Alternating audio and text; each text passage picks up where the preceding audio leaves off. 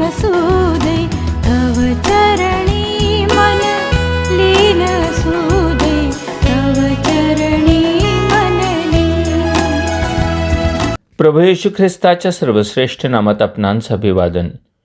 पवित्र शास्त्र बायबलमध्ये 73व्या स्तोत्राच्या 2ऱ्या व 3ऱ्या वचनात असे म्हटले आहे, माझ्याविषयी म्हणाल तर माझे पाय लटपटण्याच्या लागास आले होते.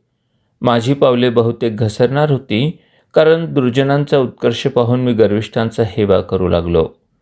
स्तोत्रकर्ता आसाफ हा परमेश्वराच्या सेवेसाठी निवडलेल्या लेव्यांपैकी होता.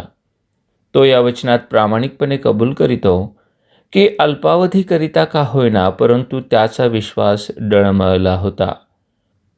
तो पतनाच्या अगदी जवळ येऊन ठेपला होता, कारण त्याने जेव्हा परमेश्वराचे भय न बाळगणाऱ्या दुर्जनांचा उत्कर्ष व भरभराट पाहिली, तेव्हा तो गोंधळात पडला. परमेश्वराला न मानणाऱ्या गर्विष्ठ लोकांची संपत्ती पाहून तो अवाक झाला. तो मनातल्या मनात विचार करू लागला की परमेश्वराशी एकनिष्ठ असूनही तो त्याच्या जीवनात दुःख, कष्ट, आजार, चणचण आणि अनेक समस्यांना सामोरा जात आहे. त्याउलट दुष्ट व दुर्जन लोकांची समृद्धी व भरभराट होताना दिसते. थोड्या वेळासाठी त्याच्या मनात त्यांची संगती करण्याचाही विचार येऊन गेला. त्यांच्या मार्गाने गेल्यास त्यालाही सुख समृद्धी लाभेल असे त्याला वाटू लागले. परंतु परमेश्वराने त्याला पतनापासून सावरले. आमच्याही मनात असे विचार येतात का? आम्हाला हे दुर्जनांचा हेवा वाटतो का? देवाचे वचन आम्हाला स्पष्ट इशारा देते, जुलूम करणाऱ्यांशी स्पर्धा करू नको, त्याची कोणतीही रीत स्वीकारू नको, कारण परमेश्वराला कुटिलतेचा वीट आहे, पण सरळांबरोबर म्हणजेच त्याचे भय बाळगणाऱ्या धार्मिकांबरोबर त्याचे रहस्य आहे.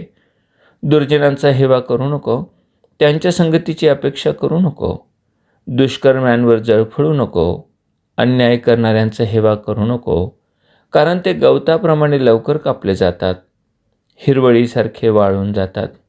होय, जसे गवत अगदी भरभरा वाढते व म्हणूनच ते सर्वात आधी कापले जाते व अग्नीत टाकले जाते, तसेच दुर्जन उदय पावतात, समृद्ध होतात, परंतु ते लवकर नष्टही होतात. हिरवळीसारखे सुकतात व सार्वकालिक अग्नीसाठी राखून ठेवले जातात. त्याउलट परमेश्वरावर भाव ठेवणारे क्षणिक दुःख सहन करतील, तरी प्रभू येशू ख्रिस्तावरील विश्वासाने तारले जाऊन स्वर्गात सार्वकालिक सुख भोगतील.